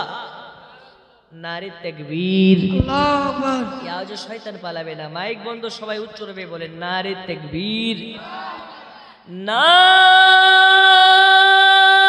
তাকবীর, নারে রিসালাত। জীবনী জলসা, জলসা কমিটি আহলে সুন্নাত ওয়াল জামাত। জোরে বলুন জিন্দাবাদ। বন্ধু আমার সোনা মানিকেরা, হযরতে খাদিজাতুল কুবরা নবী পাকের কদমে সব সোনা দৌলতকে ফেলে দিলেন। বলতেছেন আজ থেকে সোনা লাগবে না, দৌলত লাগবে না, টাকা লাগবে না, হীরা লাগবে না, জোহরাত লাগবে না, আমি খাদিজা, শুধু আমার নবীকে দরকার। দেখুন দুনিয়াতে অনেক বাদশা এসেছে, অনেক টাকাওয়ালা ধনী, অনেক রাজা, অনেক সুলতান এসেছে। একজন সুলতানের ঘটনা আপনাকে বলি, মাত্র 2টা মিনিট নষ্ট করব। হযরতে রাসূল করিম সাল্লাল্লাহু আলাইহি ওয়াসাল্লামের নির্দেশনা কাকে বলে, রাসূল পাক সাল্লাল্লাহু আলাইহি ওয়াসাল্লামের মোহাব্বত কাকে বলে দেখুন। তবে আপনাকে বলার আগে বলতে চাই, জীবনী শুনছেন শুনুন, শুধু শুনলে হবে না, সেটার উপরে বাস্তবায়ন করতে হবে। কেন? যারা শুনে, শোনার পরে যারা বাস্তবায়ন করে, নবী বলেছেন তারা হচ্ছেন মুমিন, মুমিন, মুমিন। আর একজন মুমিনের সব থেকে বড় পরিচয় কথার সঙ্গে কাজের মিল। জোরে বলুন সুবহানাল্লাহ। আর মুনাফিক চেনার বড় লক্ষণ কি? যাদের কথার সঙ্গে কাজের মিল থাকে না, তাদেরকে নবী আমার বলেছেন মুনাফিক। আল্লাহ আমাদের মুনাফিকি থেকে বাঁচিয়ে নিন। আরো একবার জোরে বলুন আল্লাহুম্মা আমিন। একবার ঝুমঝুমিয়ে নবী পাককে হাজির ও নাজির মনে করে দারুদ শরীফ ছোট্ট করে আল্লাহুম্মা সাল্লি আলা সাইয়্যিদিনা মাওলানা وعلى آل سيدنا মাওলানা أرجو وعلى آل সাইয়্যিদিনা মাওলানা মুহাম্মদ। এ বাবা সোনা মানিকেরা আমার, আল্লাহ নবী সাল্লাল্লাহু আলাইহি ওয়াসাল্লামের কদমে খাদিজাতুল কুবরা সবকিছুকে কুরবান করে দিল। তখন বড় লোক যারা আপনাকে না আমির ব্যক্তিদের মুখ বন্ধ হয়ে গেল। তখন এই মক্কা নগরের যারা নিঃস্ব গরিব অসহায়, তখন তারা মুখ খুলতে লাগলো। যারা গরিব অসহায় দরিদ্র, এরা সবাই খাদিজার মুখের উপরে যেন আপনার কিনা উষ্ণ উষ্ণ কথা বলতে লাগলো। বলে খাদিজা, খাদিজা, আপনার কাছে আমরা যখন এসেছি হাত পেতেছি, আমাদের হাতকে ফিরিয়ে দেননি। এখন মুহাম্মাদের কদমে সব ধন দৌলতকে আপনি দিয়েছেন, এখন আমাদেরকে কি তিনি দেবেন? খাদিজাতুল কুবরা বলে, রে মক্কা নগরের অসহায় দরিদ্ররা শুনে নাও, আমি তো কি দাতা, আমার থেকেও বড় দাতা হলেন নবী। এই নবীর কাছে যারা চাবে আল্লাহর নবী তাদেরকে না দিয়ে থাকতে পারবেন না। এ নবী কোন নবী? যে নবী আমার কাল হাসরের মাঠে, ময়দানে, কিয়ামতের মাঠে সব নবী নিজের নাপনি আপনার কিনা নিজেকে নিয়ে ব্যস্ত থাকবে, আর আপনার আমার নবী আপনার আমার জন্য সাজদাতে পড়ে যাবে। আল্লাহর কাছে দোয়া করবেন, আল্লাহ আল্লাহ তাআলার কাছে বলবেন, আল্লাহ আমার যদি একজন উম্মত জাহান্নামে চলে যায়, আমি নবী জান্নাতে যাব না। আমার আল্লাহ বলে, নবীজি, নবীজি যার আপনাকে কথা দিলাম, যার অন্তরে যারা পরিমাণ আপনার মোহাব্বত থাকবে, আমি আল্লাহ তাকে আপনার সঙ্গে জান্নাতে দেব। এখন আমরা কেমন দিওয়ানা, আমরা কেমন নবীর দিওয়ানা, নবী পাকের মোহাব্বতে কি আমরা করতে পারি? সোনা মানিকেরা আমার, হযরতে খাদিজাতুল কুবরা আল্লাহর নবী সাল্লাল্লাহু আলাইহি ওয়াসাল্লামকে এবার বিবাহ করার জন্য আপনার প্রস্তুতি নিয়ে নিলেন। আল্লাহ নবী আমার বলেন, খাদিজা, এই খাদিজা শুনে নাও, শুনে নাও, শুনে নাও, আমার কদমের তলে সব আপনার ধন দৌলত সোনা দানা সব যখন করে দিয়েছো, এখন তুমি বলো, বলো এই সোনা দানার মালিক আমি না তুমি? খাদিজাতুল কুবরা বলে, নবীজি যখন আপনার নামে তুলে দিয়েছি সব কিছুর মালিক আপনি।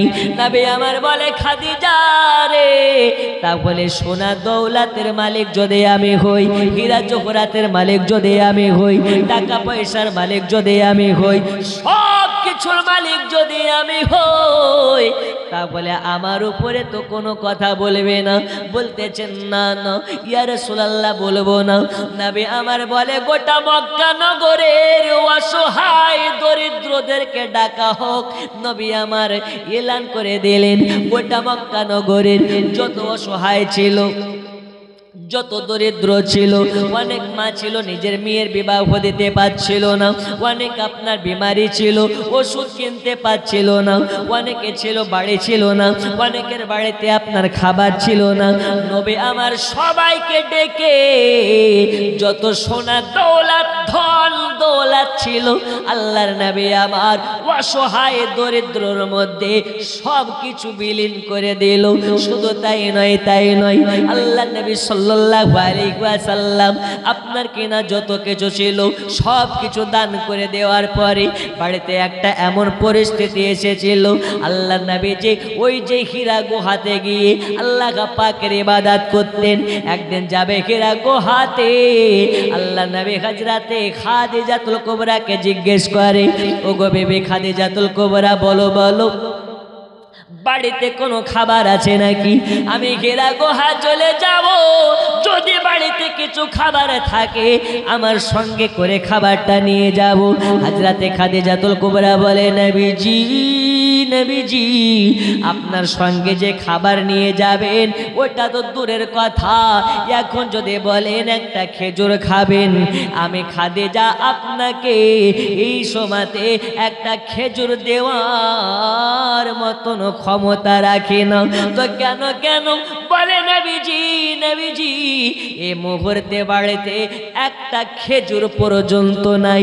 তাহলে বলুন, তাহলে বলুন, নবী আমার এত ধন সম্পদ, এত টাকা পয়সা, এত আপনার কেনা রাজকীয় খাবার সব কিছু এমন ভাবে গরিব অসহায়ের মধ্যে বিলিয়ে দিয়েছে যে নিজেরা খেতে পাওয়ার মতন খাবারটুকু রাখেননি। ওই নবীর উম্মতে হইয়া যারা এখনো নবী মোহাব্বত করতে পারে না, ওই নবীর উম্মত হইয়া যারা নবীকে এখনো চিনতে পারে না, এদের মতন কপাল পোড়া আল্লাহর পৃথিবীতে দোসরা কেউ হতে পারে না। সময় আছে, সময় আছে, নিজেকে শুধরে ফেলুন, নবী পাকের আশিক হয়ে যান, নবী পাকের দিওয়ানা হয়ে যান। আমার নবী যাতে রাজি, আমার আল্লাহ তাতে রাজি। লা ইলাহা, জোরে জোরে লা ইলাহা, আরো জোরে লা ইলাহা ইল্লাল্লাহ, লা ইলাহা,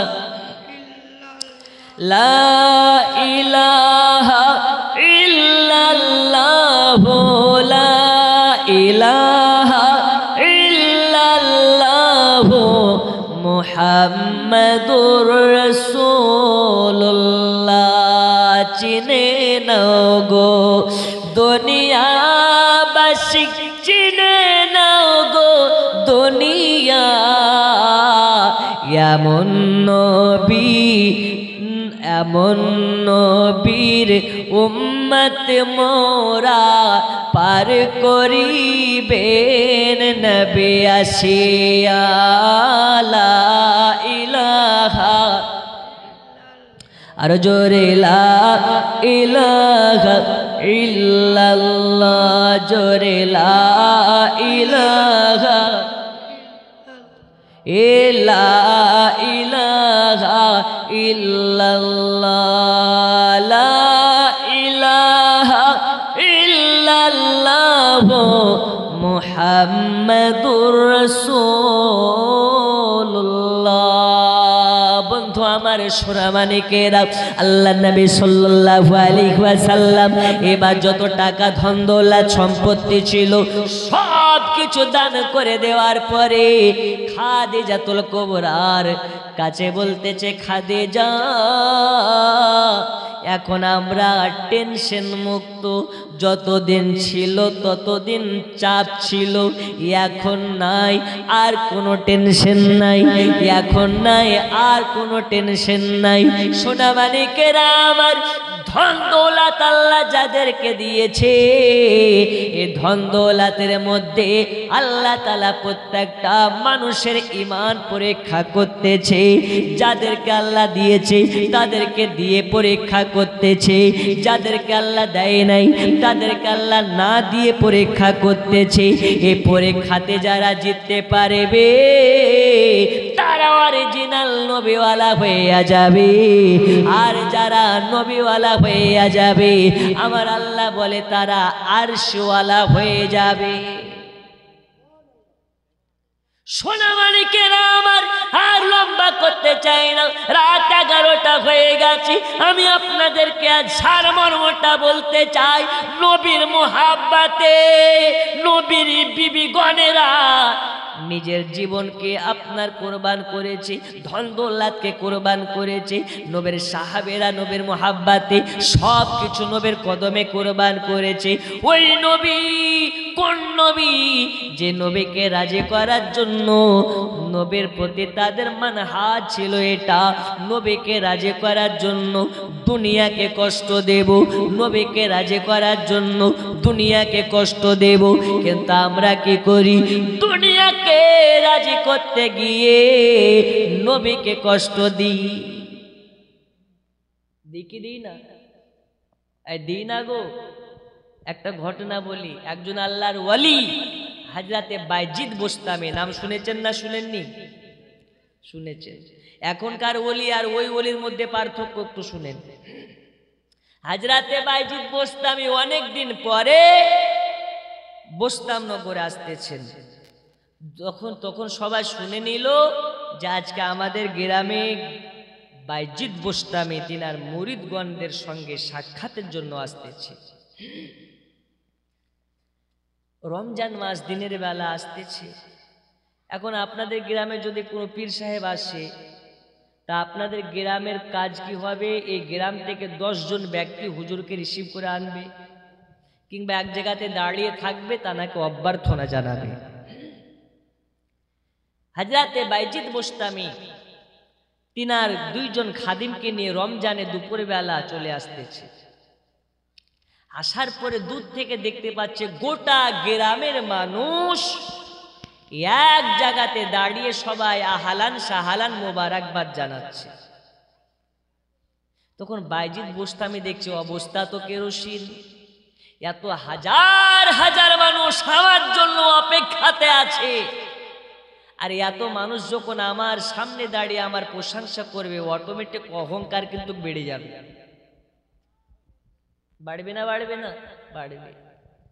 রমজান মাস, রোজার মাস, এই বাবু মারাপিট করছিস কেন? বস।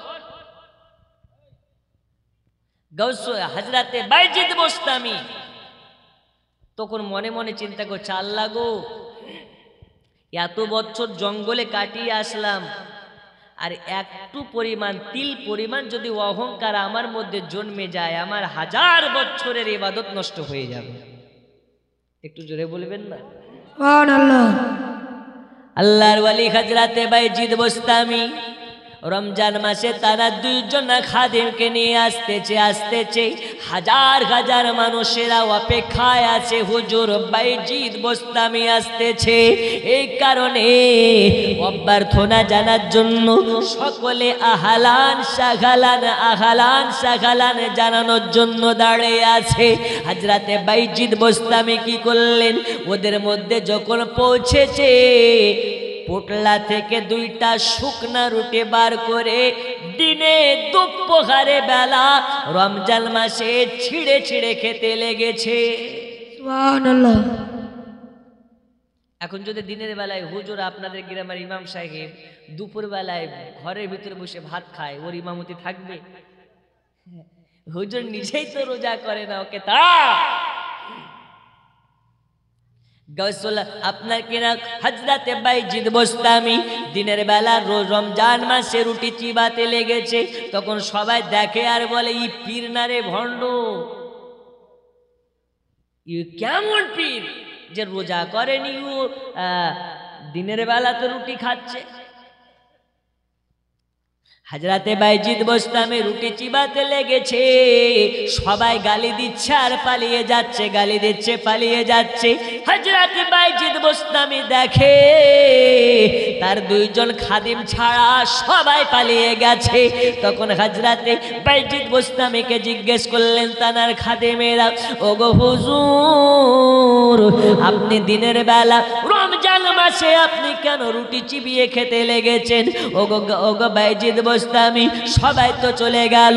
বাইজিদ বোস্তামি বলে, খাদিমে, এই খাদিমেরা শুনে নাও, আজকে যদি আমি দিনের বেলা এই হাজার হাজার মানুষের মাঝে পোটলা থেকে আমি রুটি বার করে না চিবিয়ে খেতাম, আমি তাদেরকে যদি না তাড়াতাম, তাহলে আমার মধ্যে যদি যারা পরিমাণ অহংকার চলে আসতো, আমার প্রশংসা দেখে, আমার অভ্যর্থনা দেখে আমার যদি তিল পরিমাণ অহংকার চলে আসতো, আমার তিল পরিমাণ অহংকার আমার 1000 বছরের ইবাদতকে নষ্ট করে ফেলতো। এই কারণে আমি হাজার হাজার মানুষকে সন্তুষ্ট করতে গিয়ে আল্লাহকে বেজার করতে চাই না। এই কারণে আমি দিনের বেলা রুটি চিবিয়ে খেয়েছি। আর ফতোয়া মোতাবিক সফরকালীন মুসাফির ব্যক্তি যদি মনে করে সে রোজা রাখবে না, আল্লাহ তাআলা তাকে গুনাহ দেবে না। জোরে বলুন সুবহানাল্লাহ। আমার গুনাহ হলো না, আল্লাহ তাআলার সঙ্গে রিয়া হলো না, সবাই চলে গেল, আমি অহংকার থেকে মুক্ত হয়ে গেলাম। আমার সোনা মানিকেরা, এখান থেকে বুঝতে হবে দুনিয়ায় আপনার নামাজ পড়ে লাভ আছে, রোজা করে লাভ আছে, হজ করে লাভ আছে, দান করে লাভ আছে, যদি দানটা হয় নবীর মানহাজের মতো, ওলি আল্লাহর মানহাজের মতন, ওলি আল্লাহদের মতন, দুনিয়ায় আপনি যা কিছু করতেছেন সব ঠিক আছে। যদি সব ঠিকের মধ্যে আপনি অহংকার মুক্ত হয়ে করতে পারেন, আর যদি আপনার অন্তরে যারা পরিমাণ অহংকার থাকে, নামাজ রোজা হজ যাকাত সব কিছু বেকার হয়ে যাবে। এই কারণে বলতে চাই, নামাজ পড়ুন, রোজা করুন, হজ করুন, সব ঠিক আছে। সর্বপ্রথম আমাদেরকে যেটা করতে হবে সেটা আমাদের জীবন থেকে অহংকার নামক বস্তুটাকে মুছে ফেলতে হবে। সুবহানাল্লাহ। অহংকার মুক্ত জীবন গড়ুন, সুন্নাতে ভরা জীবন গড়ুন। আল্লাহ আমাদের সকলকে তৌফিক দিন। জোরে বলুন আমিন। আরো একবার জোরে বলুন না আল্লাহুম্মা আমিন। আল্লাহুম্মা আমিন। নূরে মুহাম্মদ রসুল আরবি নাইবে পরোর, জিবরাইল চুমে যার দরবার। নূরে মুহাম্মদ রসুল আরবি নাইবে পরোর, জিবরাইল চুমে যার দরবার। লাম থেকে হয় লা ইলাহা, আলিফ থেকে হয় আল্লাহ, মিম থেকে হয় নামে মুহাম্মদ, যিনি রাসূল আল্লাহ। জোরে বলুন সুবহানাল্লাহ। শহীদে আজম ইমাম হুসাইন নওয়াসা তাহার, জিবরাইল চুমে যার দরবার। নূরে মুহাম্মদ রসুল আরবি নাইবে পরোর, জিবরাইল চুমে যার দরবার। সুবহানাল্লাহ। সুবহানাল্লাহ। যার কদম দুনিয়ায় পড়িলে দুনিয়ারি হয় মেরাজ, রসুল পাকের জোতা মুবারক আর সে আজিমের তাজ। যার কদম দুনিয়ায় পড়িলে দুনিয়ারি হয় মেরাজ, রসুল পাকের জোতা মুবারক আর সে আজিমের তাজ। ওই নবীর রওজা দেখিল, ওই নবীর রওজা দেখিল, হবে জান্নাতের হকদার। জিবরাইল চুমে যার দরবার। নূরে মুহাম্মদ রসুল আরবি নাইবে পরোর, জিবরাইল চুমে যার দরবার। একবার কিয়া মিয়া নবী সালাম আলাইকা ইয়া রাসূল, সালাম আলাইকা। একটু আগে চলে আসুন সকলে। সালাম আলাইকা, সালাওয়াতুল্লাহ আলাইকা। সকলে একটু সামনের দিকে গুছিয়ে চলে আসুন, ইনশাআল্লাহ দোয়া করে যাবে। বসে রাখো। আমাদের মনের বাসনা নবী গো যাব মদিনা, কোন পথে হব রওয়ানা, বলে দাও শাহে মদিনা।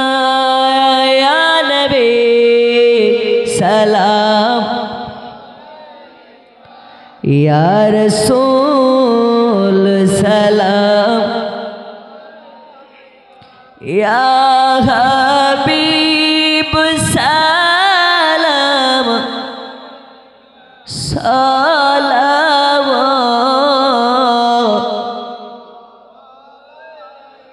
ও গো দরদি গো, ও গো দরদি,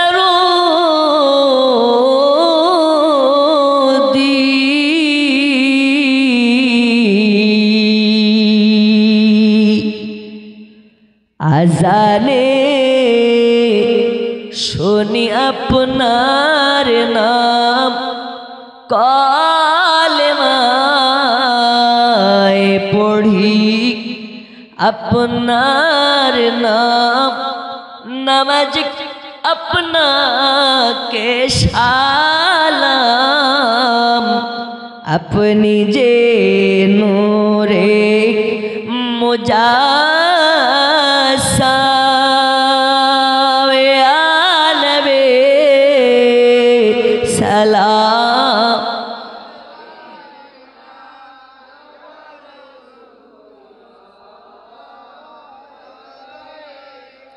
ইয়া হাবিব সালাম সালাওয়াত।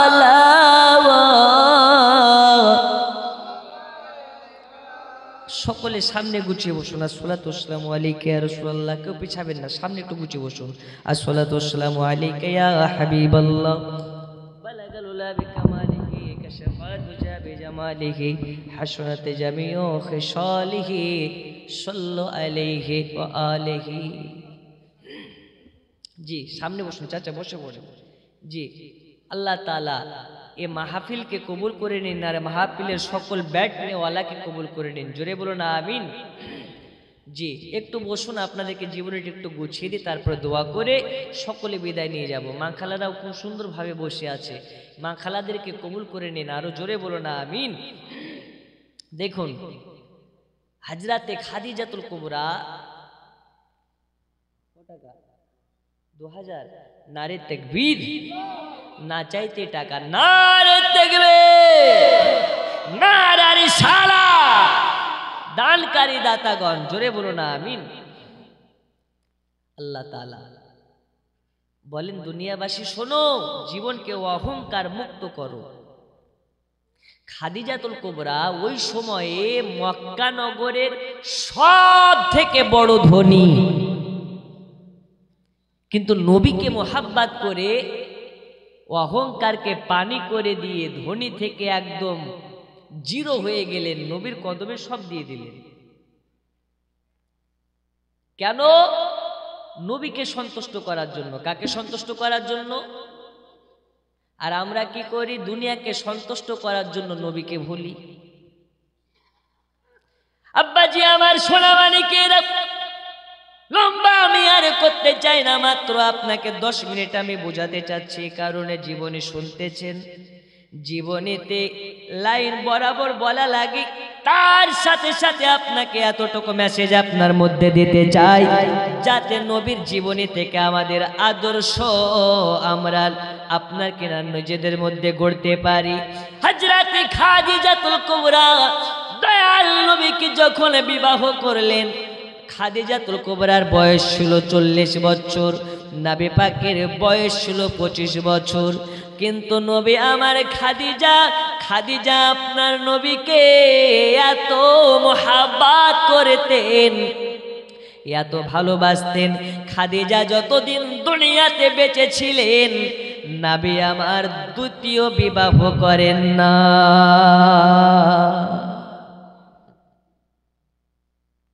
বয়স কত পার্থক্য, কোথায় 40 আর কোথায় 25। কিন্তু খাদিজা এত ভালোবাসতেন যে খাদিজা যতদিন বা হায়াতে ছিলেন, বেঁচে ছিলেন, নবী বিবাহ করা তো দূরের কথা, ভাবনাতেও নিয়ে আসেন। তাহলে মোহাব্বত কাকে বলে? আল্লাহ নবী বলছেন, কোনো বাড়িতে যদি স্বামী আর স্ত্রী সামনাসামনি দাঁড়িয়ে হেসে হেসে কথা বলে, তো ওই হাসির মধ্যে আল্লাহর আরশে আজিমটা থরথর করে কাঁপে। জোরে বলুন। কেন কাঁপে? আনন্দতে কাঁপে। যখন স্বামী স্ত্রী মিচকি হেসে হেসে কথা বলে তখন আল্লাহ খুশি হয়ে যায়, ওই বাড়িতে রহমতের বারিশ বর্ষণ করে। কিন্তু আমাদের কথা এত মিষ্টি, বাইরের মেয়েদের সঙ্গে যখন কথা বলি তখন আওয়াজ থেকে যেন সেরা চুয়ে চুয়ে পড়ে, আর যখন বাড়িতে গিয়ে বলি ওর সেরা থেকে নিম পাতা রস হয়ে যায়। হয় কি হয় না? এ বাবা আমার সোনা মানিকেরা, হযরতে খাদিজাতুল কুবরা যতদিন দুনিয়ায় বেঁচে ছিলেন নবীকে এত মোহাব্বত করতেন, এত ভালোবাসতেন। আল্লাহর নবী সাল্লাল্লাহু আলাইহি ওয়াসাল্লাম খাদিজাতুল কুবরা বেঁচে থাকাকালীন কোনোদিন বিবাহ করা তো দূরের কথা, বিবাহ করার কোনোদিন ভাবনা চিন্তাও করেননি। এই কারণে আল্লাহর নবী সাল্লাল্লাহু আলাইহি ওয়াসাল্লাম খাদিজাকে কতটা মোহাব্বত করতেন দেখুন। আল্লাহর নবী সাল্লাল্লাহু আলাইহি ওয়াসাল্লাম হীরা গুহাতে আল্লাহর ধ্যানে মগ্ন হইয়া থাকে, আর খাদিজাতুল কুবরা 40 বছরের নারী হইয়া একা কাজ কাম করে আপনার কিনা বাড়ি সংসার দেখভাল করে। এইভাবে যখন দিন যায় রাত আসে খাদিজাতুল কুবরা কি করে?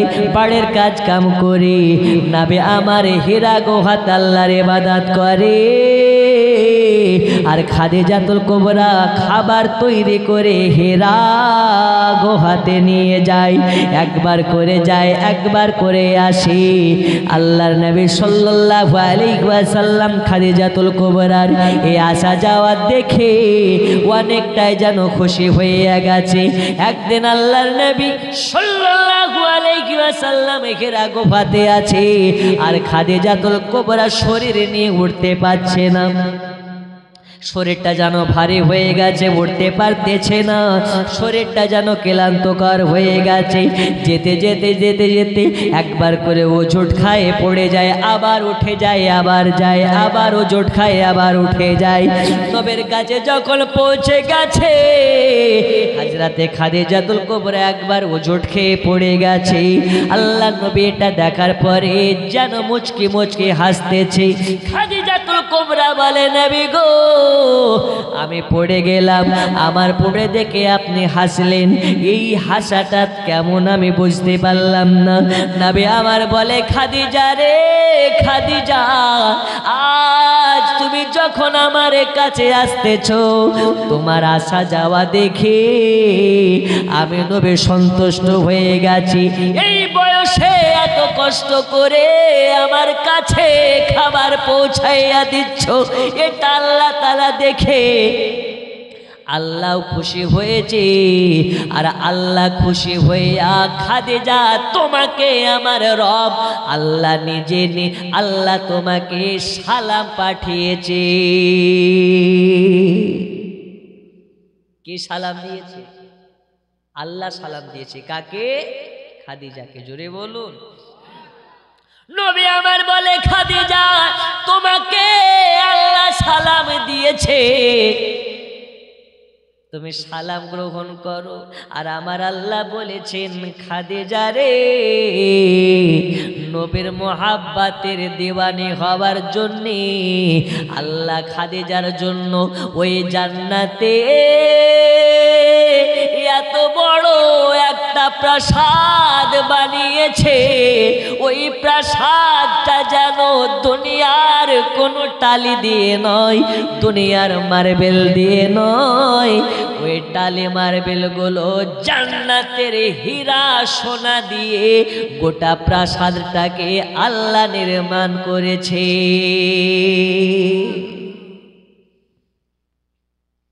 নবীর দিওয়ানা হয়ে যান, নবীর আশিক হওয়াতে লাভ আছে। যারা নবীর আশিক হয়েছে আল্লাহ তাআলা তাদেরকে ঘোষণা দিয়েছেন জান্নাতি। হায়রে নবীর প্রেমের পাগল যারা প্রেম খেলা খেলে, পড়ুন নবীর প্রেমের পাগল যারা, আরো জোরে, নবীর প্রেমের পাগল যারা, ও গো নবীর প্রেমিক ওয়াস করুনি দ্বন্দ্ব দেয় ফেলে নবীর প্রেমের পাগল যারা হায় হায় নবীর প্রেমের পাগল যারা নবীর শ্রেষ্ঠ সাহাবী হযরত আবু বকর সিদ্দিকী নবীর শ্রেষ্ঠ সাহাবী হযরত আবু বকর সিদ্দিকী ভালোবেসে শৈল পাশে ভালোবেসে শৈল পাশে গিয়ে দেখো মদিনা মদিনা মদিনা আসে কোনো বীর ঠিকানা পড়ুন মদিনা মদিনা আসে কো মাশুকের ঠিকানা ও গো দিদার চেয়ে কাঁদো বেশি দিদার চেয়ে কাঁদো বেশি হনা নবীর দিওয়ানা মদিনা মদিনা আশিক মুমিনের একটু চোখ জোরে জোরে পড়ো না আশিক মুমিনের